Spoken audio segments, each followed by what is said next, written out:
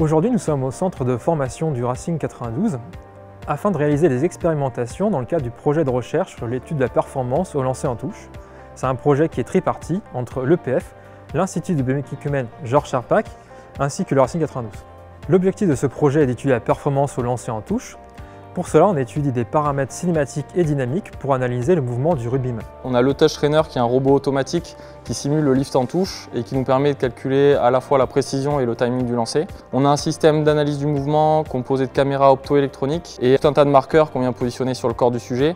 Ça nous permet d'enregistrer le mouvement pour le reconstruire par la suite et analyser la cinématique du lanceur de manière assez précise. Et enfin, on a des plateformes de force positionnées sous chacun des pieds du lanceur qui permettent d'évaluer tous les efforts transmis au sol pendant le lancer. On utilise 3 distances favorites, 6, 10 et 15 mètres.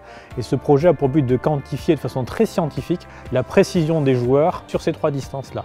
Et ça a pour but du coup de savoir quels sont les joueurs les plus performants en fonction de la distance choisie et surtout de les aider à modifier leur gestuelle si jamais on est en capacité d'améliorer ce geste pour améliorer la précision.